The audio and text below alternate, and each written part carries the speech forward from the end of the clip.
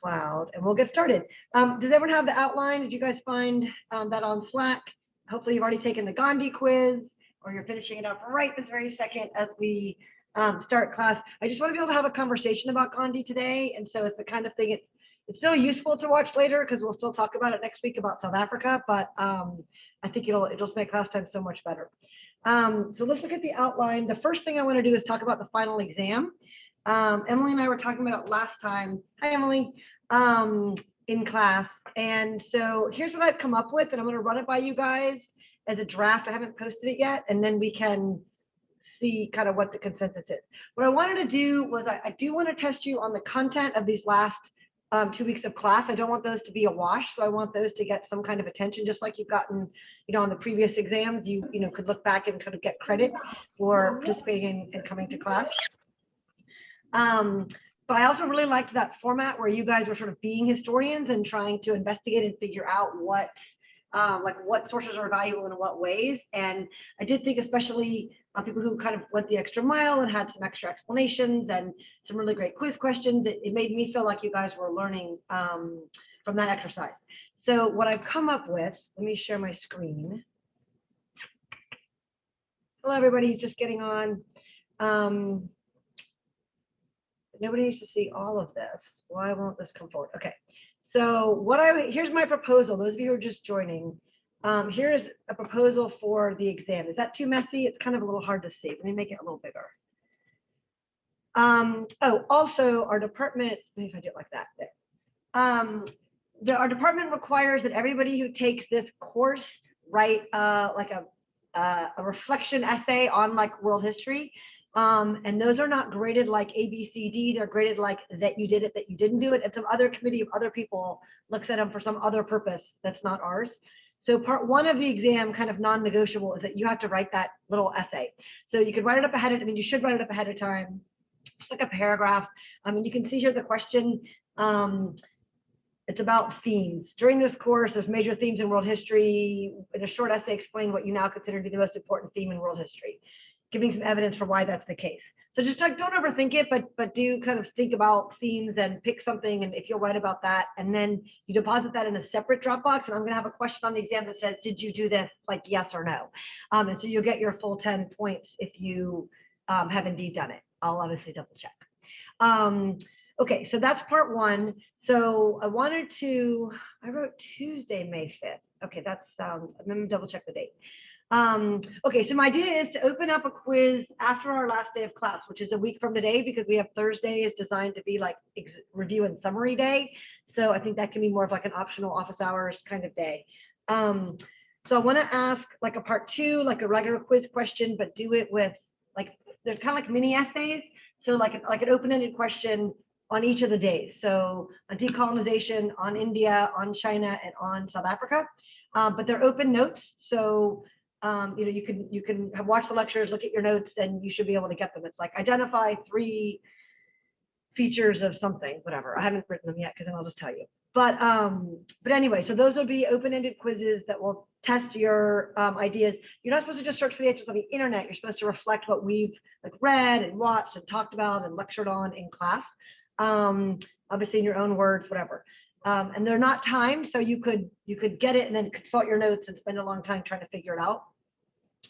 And then the part 3 is really more like exam 3 that we had, and I want you guys to be historians for the future.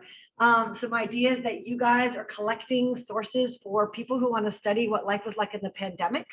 You can make it as personal as you want or as like universal as you want. But basically, I want you to identify different types of sources that will help a future historian understand kind of our weird lives in 2020, 2021. I want to make sure you're choosing factually accurate and reliable sources, right? You yourself are a reliable source. And again, no time limit on that, but you want to kind of have thought of it ahead of time before you open the exam. So no secondary source required, right? Because someone else is going to read all your primary sources and create a secondary source for future readers. So a map or a chart, a contemporary document. So thinking about what we've talked about with what that could mean. Personal narrative could be interview, an article, an essay, a blog, an artifact, visual image. And then I also wanted to add in like a bonus one. So if you think of something creative, something that doesn't fit those categories, or you find two amazing artifacts or something, then if you have one more that you want to do, I'll give you like a slot for a sixth one that'll just be bonus points on top of the exam. Let's have a little feedback for a minute. What do you guys think about that, or questions that you have? Help share.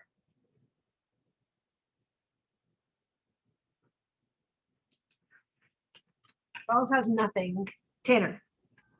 I do like the part 3 about the pandemic thing, Oh, because good. that's like one thing like I've thought about, like how is this going to go down in history books. So Yeah. like I was like, whoa, that's kind of cool. Like just we've lived in this time. Like what am I going to tell my grandkids one day about the pandemic? So I mean, that's definitely something cool. I think that is added to this, and we would know a lot about as college students. Especially, I mean, I work at a pharmacy, so I know a lot about it, no doubt. And so I think that's definitely a cool part of it, no doubt.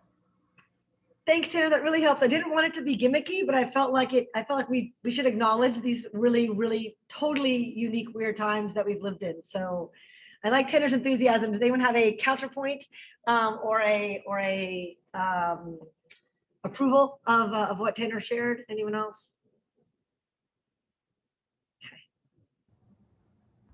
Does it seem straightforward? We'll Yeah, talk about it I again. think it is.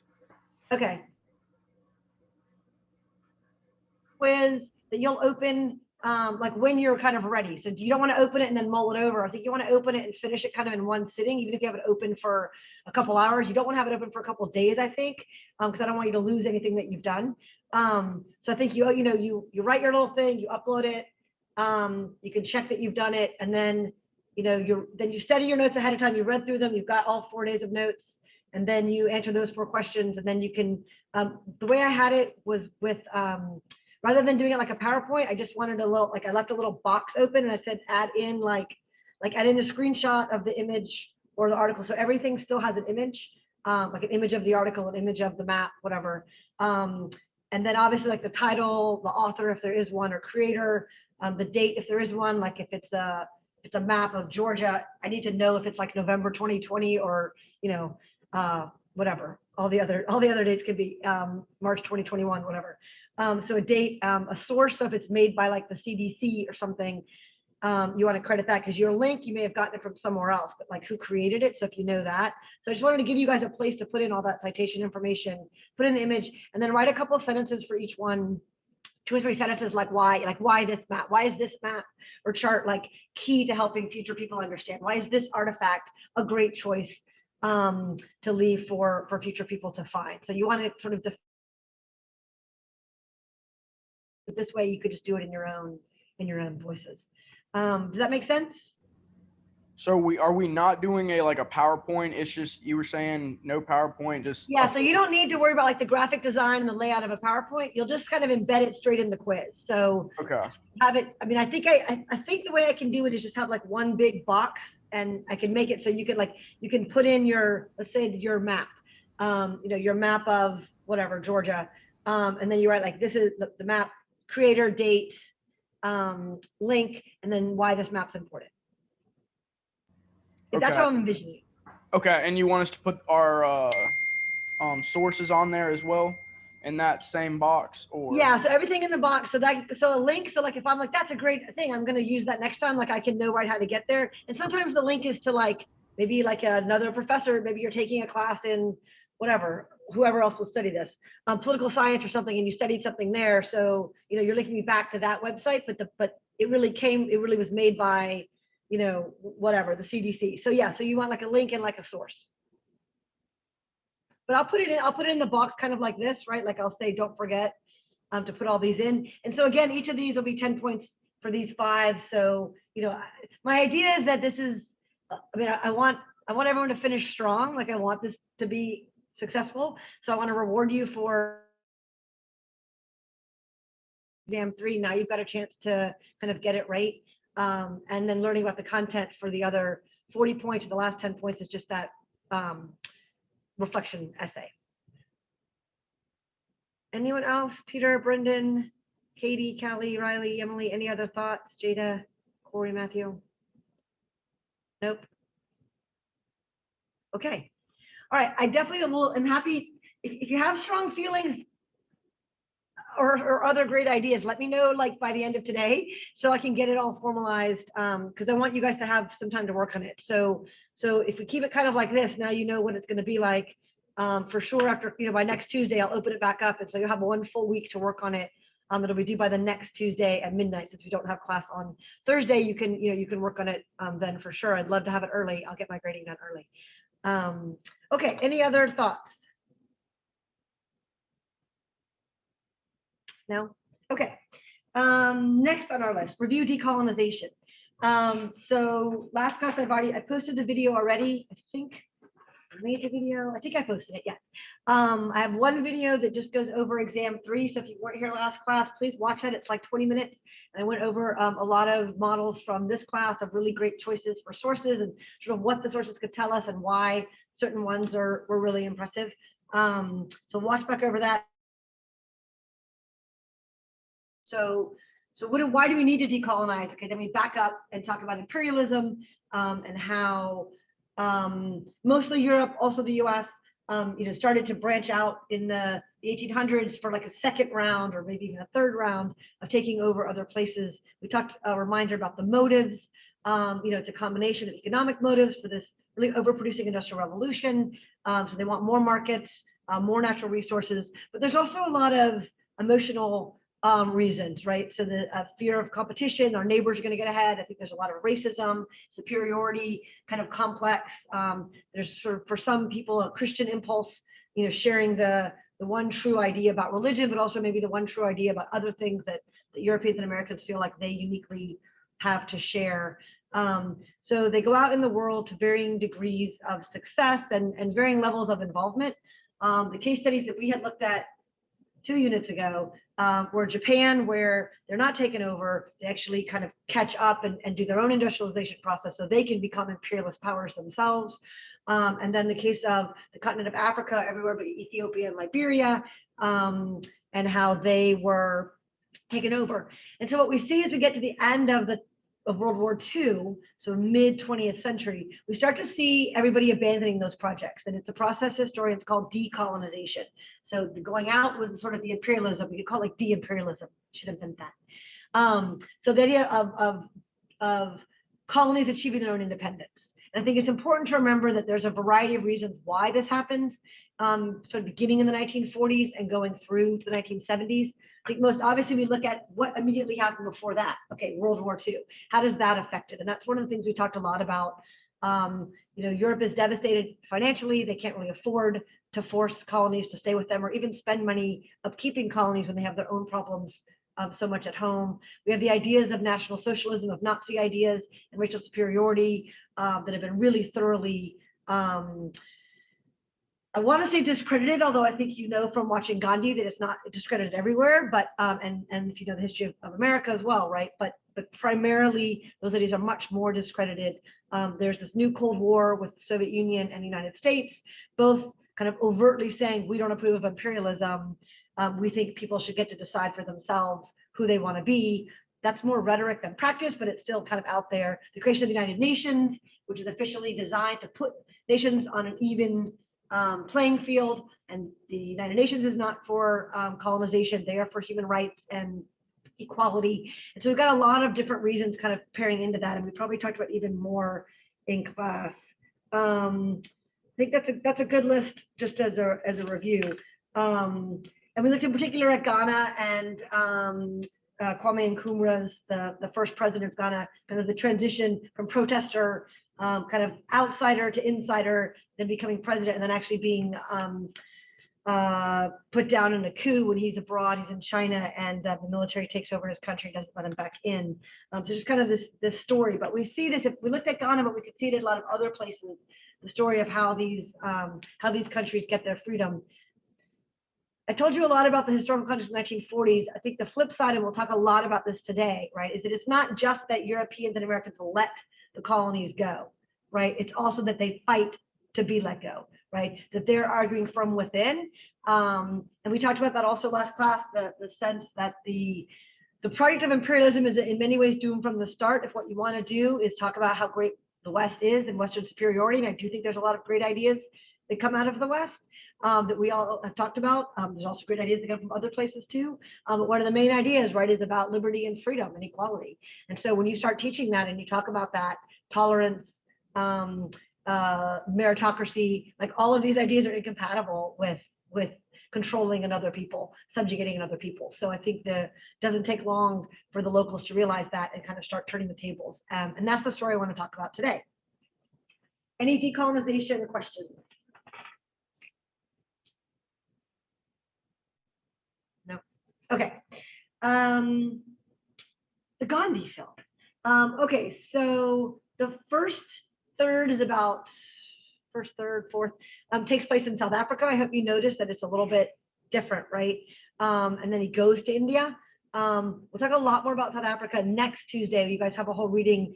We'll focus on South Africa, but I think you can't help but talk about it some here. I asked you guys that on the quiz question. So why is Gandhi thrown off the train in the opening scene? What did you guys get it right? He's colored. Was it because he's colored? Yeah, the sound, hold on, the sound is so, the sound is so quiet here. Let me just try and turn it up. Maybe if I say it one more time. Yes, ma'am. Was it because he was colored? Yes, thank you, Peter. Yeah, and what was the problem? I'm just gonna close this. I don't think I need that. Even though he bought a ticket, they still didn't care for it. Yeah. So they call him colored.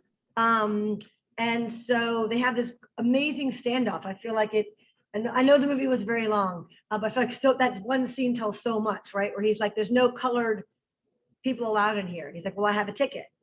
Well, I'm an attorney. Well, there are no colored attorneys. Well, I'm a color. You say I'm colored, and I know I'm a lawyer, so clearly something's going wrong here. Yeah, South Africa is practicing this rigid system of segregation called apartheid that we're going to watch kind of unfold, finally fall apart. Really not until the 1990s, so it's a long process. But it really marks Gandhi's whole experience there, and I think causes for him this awakening. He's not really, I think, he didn't really mean to dedicate his life to social justice and decolonization, but I think it's pricked by experiences like the one that we see on the train.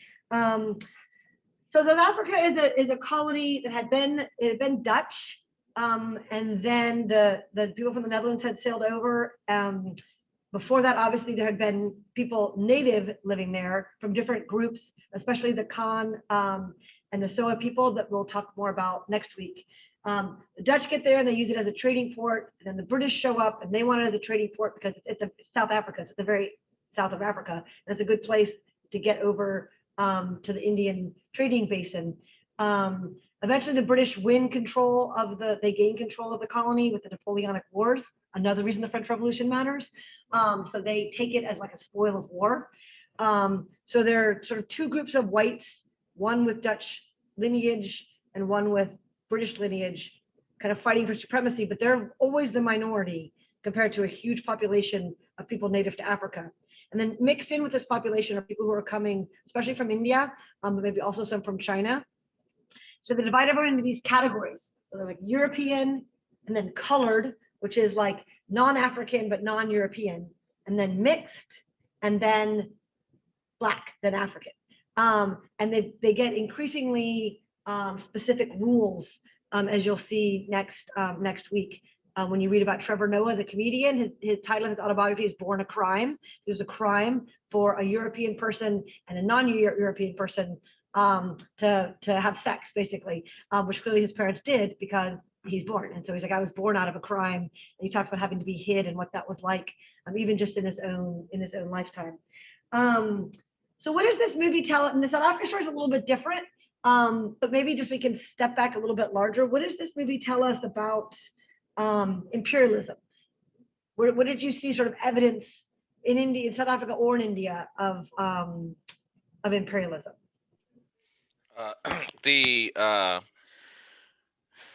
What would you call them? Like the governors or the governorship type area. They would talk about the white man's burden. Whenever they would be like, we need to rule our own country, they'd be like, well, your country would be a mess if it wasn't for us white British men coming in to structure this. That's a really good example, Charles. Other examples?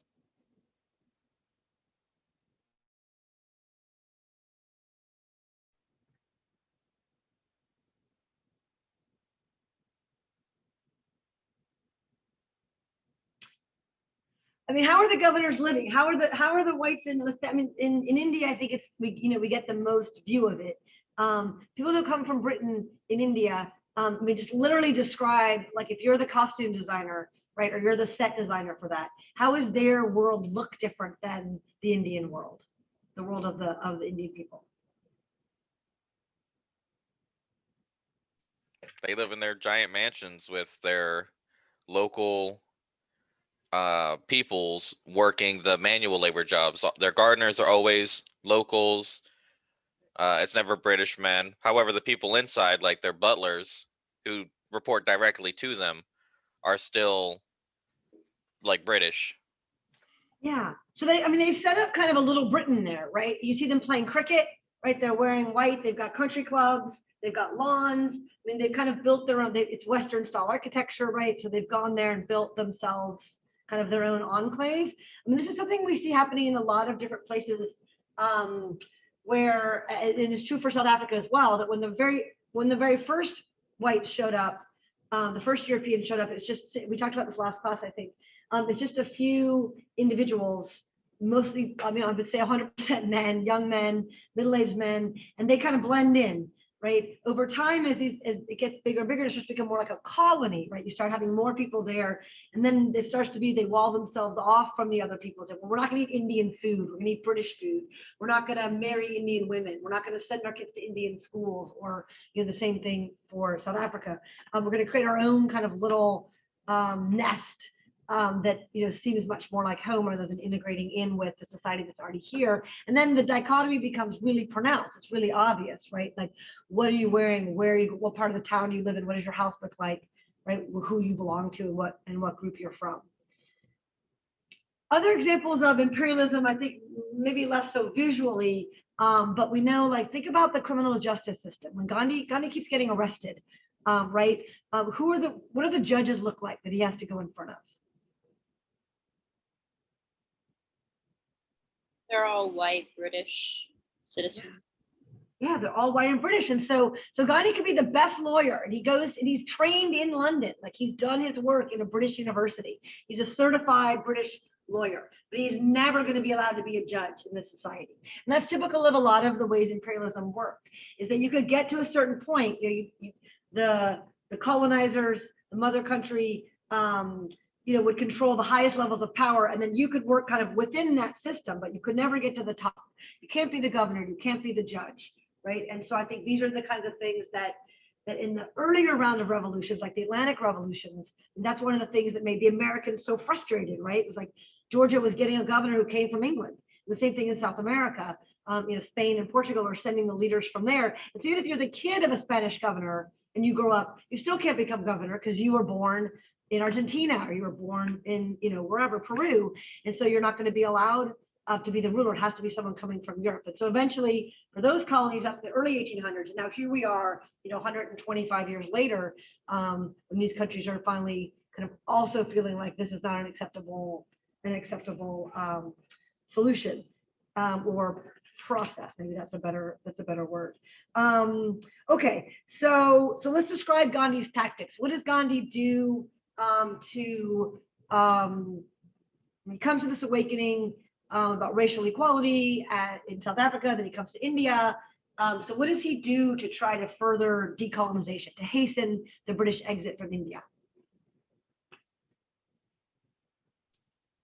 He wants everybody to do nothing. He wants everyone to just stop, and then the country will shut down because they're the ones doing everything. Excellent. Yeah, I'll like on the, like, go on strike, right? Like the day, it was supposed to be like the day, he wasn't calling it a strike, right? But it was like, wink, wink, don't go, right? This entire economy is going to shut down. If it has to depend on the work of all these Indian people. Also boycotts, right? And the strikes are like not going to work, not riding the buses, you know, which kind of transitions into a boycott. Good. What else? What else do you see Gandhi doing? told everyone to make their own cloth so that they quit buying British cloth. Yeah, and this is striking us the heart of the idea. I mean, look, no mother country, as I've said before, nobody has a colony to benefit the colony, right? That's not the point of getting a colony, right? You have a colony to benefit the mother country. And so same thing with Americans, right? When it starts to be like, wait, why are you taxing us too high? Why are we feel that we're being taken advantage of? The same kind of thing in Britain, right? So they're growing the cotton and it's getting sent to Britain, maybe someone in Manchester, one of those mills, right, that we talked about in the Industrial Revolution, they're turning it into cloth and then they're selling the cloth back to Indians and saying, you can't make your own clothes, you've got to protect and keep our factories back in England going. And they're doing the same thing with other stuff too, like railroads. You spend a lot of time on trains in this movie, right? And I think part of that is because it's such a revolutionary change for India. And in some ways a real benefit of imperialism was some of the new infrastructure that comes in. But as the Indians point out, you guys made us pay for every square inch of that, right? We had to buy the railroad cars from Britain. We had to buy every single bit that went into that. We had to pay for ourselves for you to come in and lay it. We couldn't invest in it. We couldn't, have any say about where it went. So yes, it's great to have more trains. It decreases famine. It increases availability for medical care. It opens up more job opportunities. It connects families, like all the reasons that could be really great. But it's done in kind of this very heavy-handed, one-sided way. That was another question on the quiz. Why are Gandhi and his wife? What if Gandhi and his wife burning at the outdoor bonfire? There's a couple different bonfires, but the one where the two of them are kind of sitting on that stage, that's the one I was thinking of. And the answer was they're burning the British-made clothes, right? And that's part of their protest. And you see Gandhi go from being dressed. I've got a PowerPoint I can show you just with a couple images.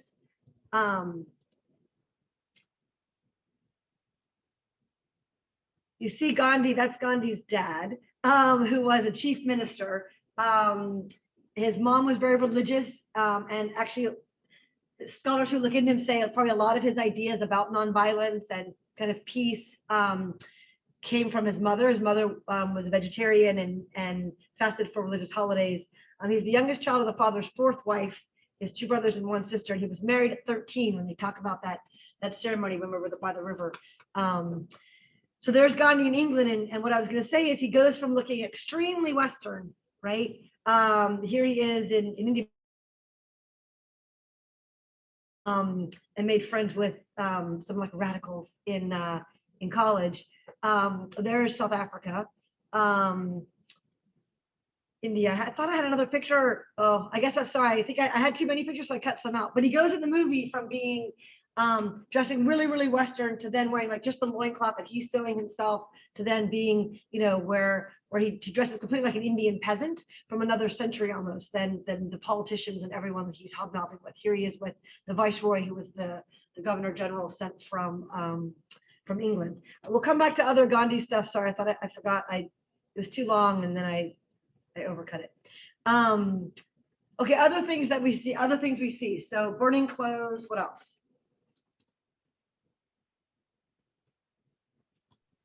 March to the sea to make salt, which was a crime to do. Yeah. I'm typing in the chat. Yeah. Why is that a crime? Could you tell? Or what's the point of that? They're supposed to buy British salt. Yeah. It's just another way the government can regulate. It's just the same idea as like a stamp tax. If you want a stamp tax, for us, it sounds like stamps on letters, but stamp tax also refers to like newspapers that are publishing. So like a stamp to prove that the newspaper's like, if I have to publish a newspaper, I've got to pay the government to be allowed to publish a newspaper. Like if I need to eat salt, which we all have to eat salt, like that's a mineral we all need, for the government to control that when you're surrounded by oceans where you just need a pan of seawater and some sun, you can get your own salt. And for Indian history, the Salt March, I'm glad you brought that up, Riley, because that is like the Boston Tea Party in their history. It's sort of like this big, exciting moment where they really turn the tables on the British. What's the dilemma for the British during that Salt March? I think it's a bit of a long scene, but I think you can kind of get their concern. I wanted to mention that I felt that was kind of a key point of imperialism as well, control of key resource, because they even said you control the salt, you control the lives, because they need salt to live. Yeah. Which goes into your question of it was a big problem for them because they let Gandhi get away with it because he's already been a thorn in their side, whether they arrest him or not. Now he gets away with it. Everyone's getting salt. Yeah, I mean, Gandhi really puts them in a specific position. I mean, he's very smart about that. He's very savvy, right? He's happy to be arrested and then be made a big celebrity, and then the British, it turns the tables, right, on the British. Other things about Gandhi. I mean, his entire approach. We might sometimes, I think, it's referred to as like passive resistance. Does that sound? If you've studied like the American Civil Rights Movement, Gandhi got really annoyed at the idea of it being called passive resistance because he said there's nothing passive about it. It's actually extremely active. It's really hard to be nonviolent in the face of violence. Why is that strategy important to him, and why? How do you see it working? Do you think it's effective? I mean, what's your take on that? He calls it soul force. I think it depends on your aggressors as well. Like, it works great as an oppressed people. It makes you look a lot more victimized because your oppressor is effectively a bully. You're just wanting something and they're kicking the shit out of you until you do it. But Right. It only works, I feel, in certain environments, because if it was something like if the slaves in the Congo, when the Dutch ruled it, wanted to maybe do passive resistance, they were already chopping their hands off if they didn't meet a quota. So that type of resistance might not work there because they just chop their hands off. They already don't see them as people. Yeah, that's a really good point, Charles. The Congo is actually controlled by Belgium, but your example, but your example works really well, because I think you have to have a respect for each other in order for this to work. I think that's a really good point. That if Gandhi tries to lead this march in the Belgian Congo, he gets shot in the head, right? Or macheted, or disappeared. And this is a problem actually in South Africa as well. When we get there, is that for a long time, and people who spoke up, they just went to jail one day and never came back, and the jail was like, sorry, he had a heart attack, or sorry, he killed himself, sorry, he hit his head on the floor. Obviously they were being tortured and murdered. So then how come that doesn't happen in India? I think there's a couple of good reasons we need to think about. Why isn't Gandhi shot in the head? Well, he is eventually, but not by the British.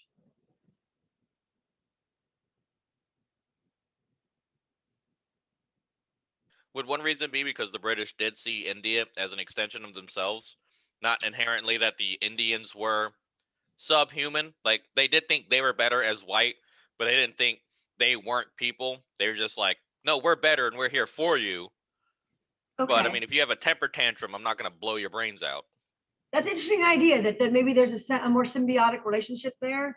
I mean, I think also the British care more maybe about how, like, they want to see themselves in a certain way. And like you were saying, Charles, I think one of the reasons that soul force can work is because you can shame the other side, right? So like, I'm just here, you can think of the American example, right? Like, I'm just here in downtown Savannah sitting at a lunch counter asking for a sandwich, right? And now I'm getting beaten up by the police and taken away.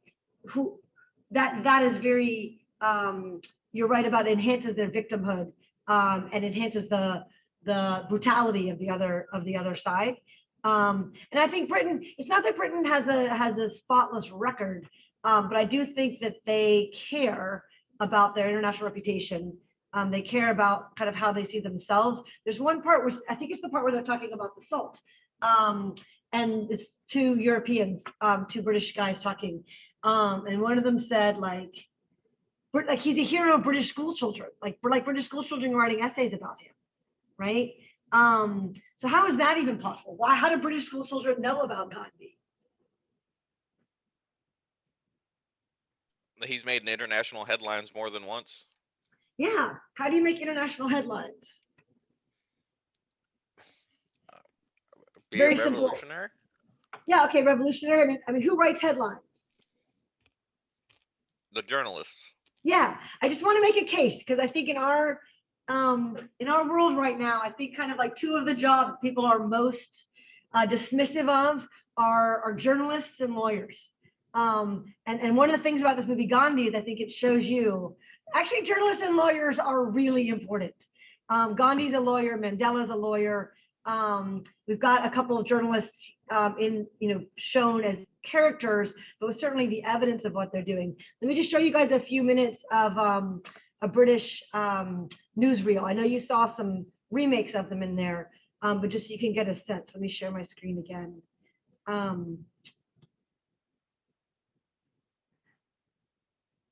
We're not going to watch. It's 8 minutes long. We're just going to watch for like a couple minutes, but just so you get a sense.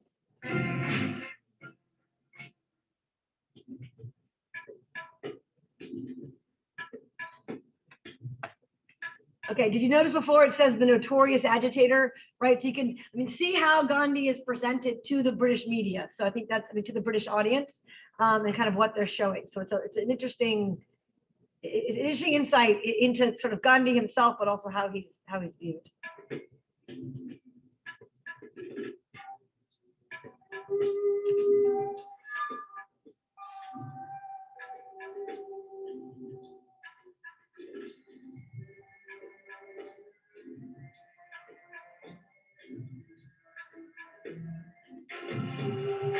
Let me fast forward a little bit more to the, I thought this was, did I pick the wrong one?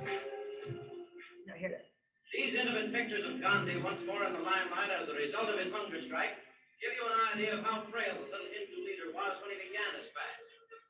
Aimed at the British, Gandhi's strike was also a protest caused by the caste system under which 60 million untouchables are outlawed by their fellow Hindus. Gandhi wants to include the untouchables in a united native India. But even if he does, there are the 77 million Mohammedans who oppose Hindu control.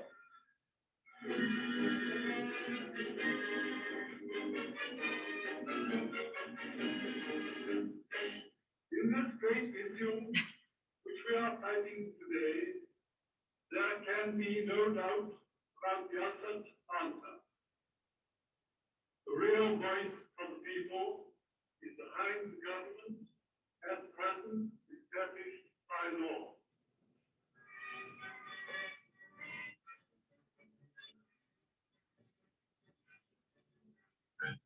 Here's the plant.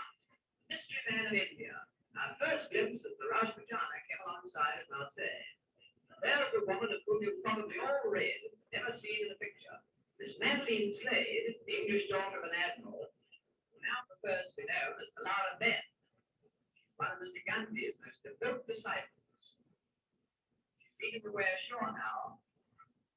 And just behind her comes Mr. Gandhi, dressed as he said he would be, just his loincloth, even in the chilly climes of Europe.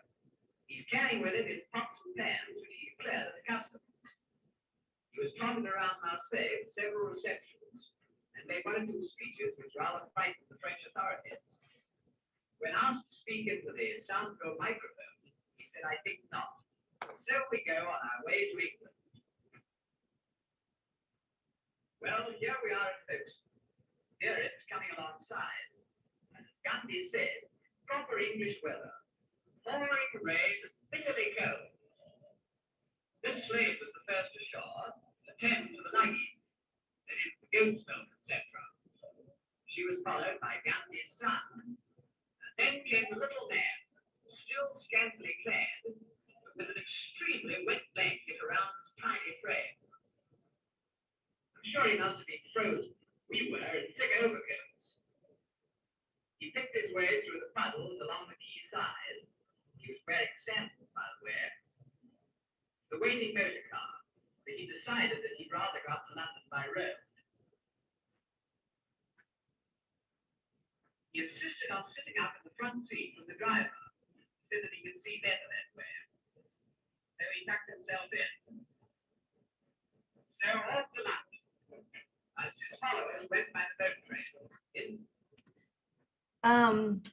Okay. Just a little glimpse of that. What do you hear? What do you notice there? They talk about his size and his wear for like a lot. Yeah. He's the little man, scantily clad. Why? What do we detect in that kind of tone? They're trying to diminish his stature because of the threat he poses for their like society. Yeah. But I mean, he's definitely like a celebrity who's like quirky and unique and weird and interesting rather than like a terrorist who's trying to bring down Britain, right? He's definitely not being presented as somebody fearful or somebody evil or somebody bent on destroying Britain, even though you could imagine they could frame it that way, right? That's not at all how they look at it. I mean, I think there's several reasons why that is. Like, I think Gandhi is extraordinary and has a call for social justice and carries himself in this way that demands respect and is sort of hard to argue with a lot of his really important points. I think also Gandhi is not very political. He's not he's part of the Indian National Congress, right? But he's not a communist. He's not asking to redistribute wealth. He's not violent, asking for the heads of the governors. He's not demanding all the things you guys have listed so far, making his own clothes, marching to make his own salt, strikes, boycotts.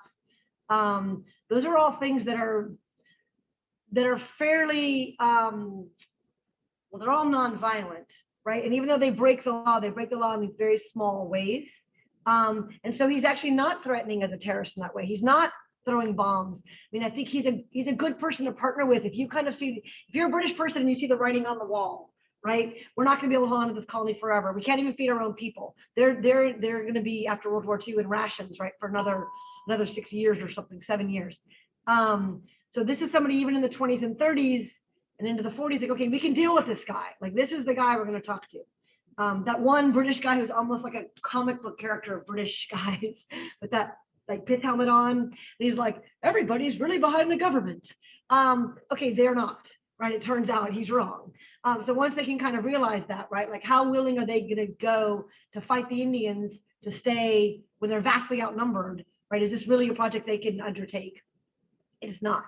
But it makes it easier. They have somebody, I think, like Gandhi to partner with, to have these negotiations, to go to these meetings, to try to kind of make for a peaceful transfer of power. And really, I think they want to leave India in good stead. They want India is still today the world's biggest democracy because they have such a huge population. And that's in large part, right, connected up with the long period of British rule. I don't know that means it was worth it. That's not what I'm arguing. But I think the British do want to make sure kind of what, in their minds, they want to leave India kind of better than they found it according to their own definition. Other thoughts about Gandhi's tactics? Other reflections? Charles says, maybe they couldn't work everywhere. What do the rest of you guys think?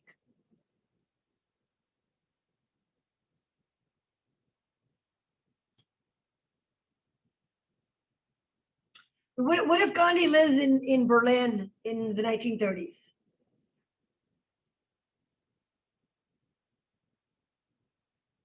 Charles is shaking his head. Does Soul Force work against, Charles has said it probably wouldn't work against a brutalist government in the Congo, kind of bent on racial superiority and working the natives to death. What about in a place like Berlin, or not under Nazism, or Rome under fascism? What do you think happens to Gandhi or his protesters if they try to strike or boycott or use Soul Force in other ways? Go on hunger strikes. We didn't write that one down yet.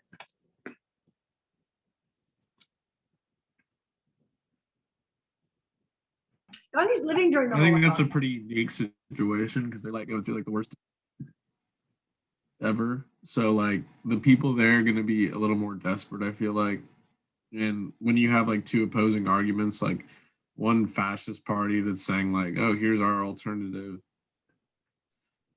to build a great state and like provide for our people versus like somebody just saying like peace. I mean, it's arguable that Hitler was a more charismatic person than Gandhi. So if Hitler's in charge and Gandhi starts leading protests, Gandhi's not Jewish, but let's say he stands up for the Jewish community or something. Then he disappears. Yeah, that's what I think too, Matthew. But I mean, obviously we don't know. But that would be kind of my guess as well. It'd be a similar Congolese situation, because the Nazis don't care about being seen as brutal, right? They don't care about getting rid of their enemies. And I think there's a large part of what the civil rights movement in America does is it puts on TV this outrageous behavior by these kind of racist thugs that are in power in these different moments, right? Whether it's a governor standing in front of the university not letting Black students in, or whether it's, you know, white women spitting on young Black girls as they try to integrate a school. And you start looking at that and people are thinking, what is happening here, right? So I think Nazi Germany doesn't, well, A, they don't have a free press, so no one even sees those things. And B, they don't, I don't think they're worried about being shamed. I mean, I think Gandhi was very theoretical, and and the India thing, I think, you know, he had so much tremendous success there and is revered for really good reasons. But I think if you get a giant group of people, Jewish people protesting in Vienna or Berlin or something, I think they all end up shot, right? Like I don't think, I mean, I think that's a hard way to protest. I mean, one of Gandhi's suggestions was maybe that Jewish people should commit mass suicide to call attention to their plight. It's a really tough ask, right? Like you don't know for sure you're going to die and you're going to kill yourself and your family and your kids to make a statement. That's a hard thing, right? Gandhi does actually write a letter to Hitler, 2 letters actually. I can show you on here. I have one of them. Let me just share the screen again. He writes, can make it bigger. So he writes to Hitler in both 1939 and 1940 to try to say, like, please don't go to war. Quote, you are today the one person in the world who can prevent a war which may reduce humanity to the savage state. He writes in 39. In 1940, he says, if you attain success in the war, it will not prove that you were in the right. It will only prove that your power of destruction was greater. These are beautiful, great words. Hitler's obviously not going to listen. And in fact, the British officials intercept the letters and they never even get mailed. So Gandhi doesn't know that they're not getting to Hitler. So we have the actual letter addressed to Hitler in Berlin. But it's interesting just to kind of contextualize and kind of get our mind in the place where both these things are happening, at once. Okay, so what else? We already talked about we probably wouldn't work against Stalin either. How they work. What did you make in the film about the portrayal of British people? Here he is with Lord Mountbatten and his wife. How does the movie portray British people? I think it did a pretty good job because it had the British government who were very contemptuous, but it even showed the British the British workers stood with Gandhi and what he stood for, because they were going through a very similar plight, just in, you know, better conditions, if you will, back home. But yeah, like he came there and they felt like brethren. Yeah, that's a really good point to connect up that there's 2 sides to the British story. There's the British working people back at home in Britain, and then there's these rulers. Other thoughts, anyone else? I think Sorry. I think a lot of the British actually showed Gandhi a lot of respect because, like, he really wasn't doing anything that would be violence. Like, right. They killed like 1,500 people and they didn't fight back really at all. Yeah, Riley, that's so many good things come to mind. So the Amritsar massacre, I think that's what you're thinking of. And that was also another one of the quiz questions. So who massacres the crowd in Amritsar? It's the British military. And they do fire the general, Reginald Dwyer, but they don't show you in the movie. I mean, but it's sort of like a wink, wink fire, because they actually present him with a jeweled sword and he's like retiring. And so it's like, you know, it's like a little bit of a gift to see. He's not completely going away in disgrace, but it is a formative moment. And that was actually responsible after World War I. There were rules, even in America during the war, that you couldn't kind of get together in big groups. So the war's ended, but they won't lift the ban. And so, you know, I think if people are doing something they shouldn't do, I think we can all imagine a more appropriate response would be, hey, everybody clear out, you know, or walk through with your, you know, billy clubs in the air. Hey, you better get out. Or, right? Instead, you know, the British troops pull up to this enclosed courtyard where there's no easy exits, and just open fire People are hiding and they're jumping down like the storm drains. People are trying to hide anywhere they can to get away. They can't get out. And then he turns around and leaves. He doesn't call for ambulances. He doesn't call for medical help. He doesn't send anybody to help them. I mean, it's pretty gruesome massacre in that sense. And so I think if we had seen so many more of those, right, I think the process of decolonization would have been really different. So we see the British committing some atrocities. We also see the British sitting down at the table, respecting Gandhi and trying to talk to Gandhi. That's a really good point as well. I think it's interesting that this movie was financed and directed and kind of made by Sir Richard Attenborough, who is himself a white British guy. And all the actors who were in it, I don't know if you recognized any of them from old movies, but when it was made, they were kind of like the best, most famous, British men actors of the day. So there's some kind of interesting irony there that it's like all these British making a movie about how wrong the British were, and how great Gandhi is. I think maybe it shows something about kind of historical memory and how the British want to remember themselves. I mean, yes, we did this wrong thing, but at least we got out. I think it's an interesting representation of kind of that mix. Other Gandhi, I'm trying to make sure I have all we've gotten all the main Gandhi points. Lawyers, the importance of lawyers. There's that scene we haven't talked about yet when he's in the courtroom. He gets arrested kind of for no reason, right? And then they try to say, all right, we can't close the courtroom because he's a lawyer, he'll know. And then he refuses to pay bail. And then the judge is like, okay, fine, just go, right? Because he keeps standing up because he knows all the rules. I think that is something that's really helpful. And Mandela does the same thing. Nelson Mandela in South Africa. You know the rules, and so even if the rules aren't fair, you can still hold somebody's feet to following the letter of the law for them, which the British sometimes try to slip around and not do. So, and I think once Gandhi becomes famous, his celebrity. I mean, I don't when I talk about like PR stunts, like. I don't mean he's faking anything, right? But he's good at getting attention. And then this is something that like the Congolese workers in Belgium aren't getting, right? Nobody knows what's going on in the Congo. People in Belgium don't necessarily know. Nobody's taking pictures of that. Nobody's reporting that back. Whereas we have Gandhi with like that in that courtroom, right? This bunch of Indian reporters, and then we have the American reporter who comes.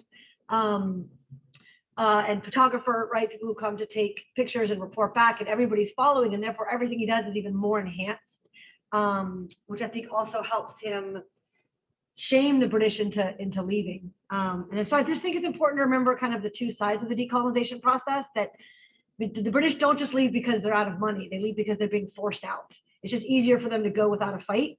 In some places, Britain says let's negotiate, or the country says let's negotiate. In other cases, people are fleeing, fast and getting out as soon as they can. So decolonization is as varied as the process of imperialism was, right? There's a lot of different things.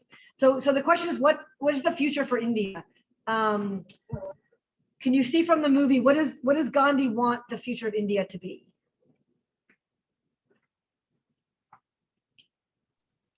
Unified Indian control, no British. Yeah. You say unified. What's the concern? What's the split problem? That was the last good question. The Hindu and Muslim divide. Good. And this goes back to the very first week of class, when we talked about the Mughal Empire, who are Muslims who come in as outsiders and conquer. And we talked about how they choose not to force everybody to convert because they say it's impossible. There's so many more Hindus. And so we have this issue in the last, sixth, of the movie, the last part of the movie, of the partition. And it really is a huge human tragedy. If you're interested in learning more about India, or just watching another movie, there's a movie fairly recently called Viceroy's House. It sort of centers on the last governor's house, the people in the picture, but also follows like the servants, kind of their relationships. And so it follows some of the Hindu, Muslim, follows them back home. So it's kind of interesting. It's a little more of a two-sided view of what's going on as they kind of empty out, and the British are literally like emptying out their last bastion of control and sailing away. Yeah, so Gandhi wants a unified. He goes on that last hunger strike because of all the religious violence that's going on. India does end up divided. it's now Pakistan, India, and Bangladesh, but originally they were both part of Pakistan, Bangladesh. And really the rules are, if you're Hindu living in a Muslim area, you got to get out, and vice versa. So you guys saw in the film at the end, like those huge treks of people kind of going back and forth. Gandhi, as you can see, we talked before, like dresses sort of like a peasant. I love that scene when he visits the poor peasant. The flies are everywhere, and the landlords are forcing them to plant crops that they can't eat, and everything's so awful. And Gandhi says, what we can do, we will do. And I thought that was like such a loving promise, because politicians sometimes will be like, we'll solve all your problems. Goodbye, I'm leaving. He's not promising the moon, right? He's saying what we can do to make a difference, we'll do. We'll try to do. And other than that, that's all we can do. And I think that's a good lesson. But he wants to do much more with India than he ends up being able to do. Gandhi has a vision of India, and he's very honest about it. I'm going to read you a article from 1921, an interview he did with the paper. He says, it is not necessary for us to have as our goal the expulsion of the English. If the English become Indianized, we can accommodate them. If they wish to remain in India along with their civilization, there is no room for them, right? So he's saying it's not personal or racial. For Gandhi, this is not about British people don't belong here. It's British ways don't belong here. So if a British person wants to come here, like the woman we saw in the movie and in the little documentary, who's British, but she takes on Indian ways, he's happy to have you. That's obviously not the way India went, if you've ever called a call center, right? India did not go the way of being backward and peasants, backward. They didn't turn away from industrialization. What they did end up doing was having the British leave and keeping the railroads, the factories, right? The industry. And in large part, that's because of Nehru. So Nehru's like the sidekick. You see, I put his name on that list, like the Introduction to Gandhi list. I had like it was Gandhi, Nehru, and then Jinnah. We can talk about it in a minute. And Nehru talks, and Nehru becomes the first prime minister, and his family are like sort of the founding dynasty. Even there's famous prime ministers with the last name Gandhi, but they're people who've married Nehrus. So they're really a powerful family. Nehru said, this is 1942. Gandhi's love and praise of poverty and suffering and ascetic life, that's what he values. For him, progress and civilization are not the ways of the future. Nehru says, personally, I dislike the praise of poverty and suffering. I do not think they are at all desirable, and they ought to be abolished. Nor do I appreciate in the least the idealization of the, quote, simple peasant life. I have almost a horror of it. And instead of submitting to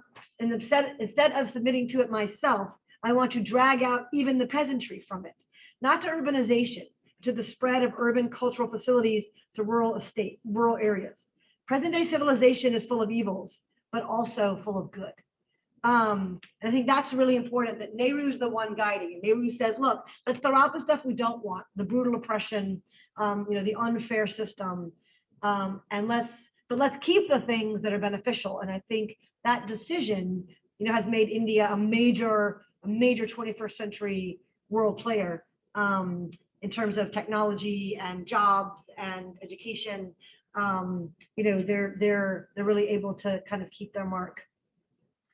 The Muslim-Hindu split is very profound, and both sides, Pakistan and India, have nuclear weapons. And I've heard people who know way more about it than I do, like political scientists say, hopefully there'll never be a nuclear war. But if there is, it'll probably be between India and Pakistan, just because it's still so heated. Their relations are still so bad.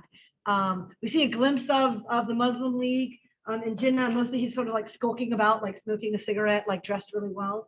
So we don't really get kind of their whole story. But Jinnah is also a really important power player, and the Muslim League does work hard to not submit their people to what they feel is going to be oppressive Hindu rule. So that's the partition solution, which obviously not everybody agrees with. I think we've covered all the quiz questions. We've covered the stuff on the sheet. I think we're going to look at the theme. Changes in India, yes. Treatment of Indians, yes. Civil disobedience. Do you guys have any questions or comments?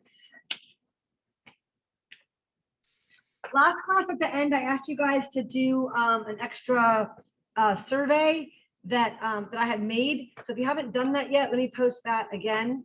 Hold on, let me get to Slack. If you haven't yet had a chance, I posted it on Friday also. If you'll just take a few minutes right now to do this Qualtrics survey, it's anonymous. It's really just to help me, I'll put it right here, just to help me plan for next year. If you've already done that, thank you. Will you please also do the official course evaluation? I know they're all going to be like wackadoodle this year because, you know, no one's getting what they want.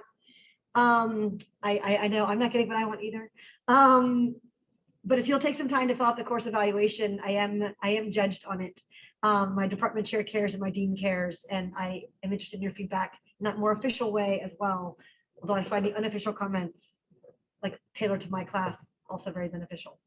Anything else on the outline for today? I just got a fun little thing speaking about Yeah. like the mess caused between the Indian, Pakistan, Bangladesh split. Yeah. Have you heard of enclaves?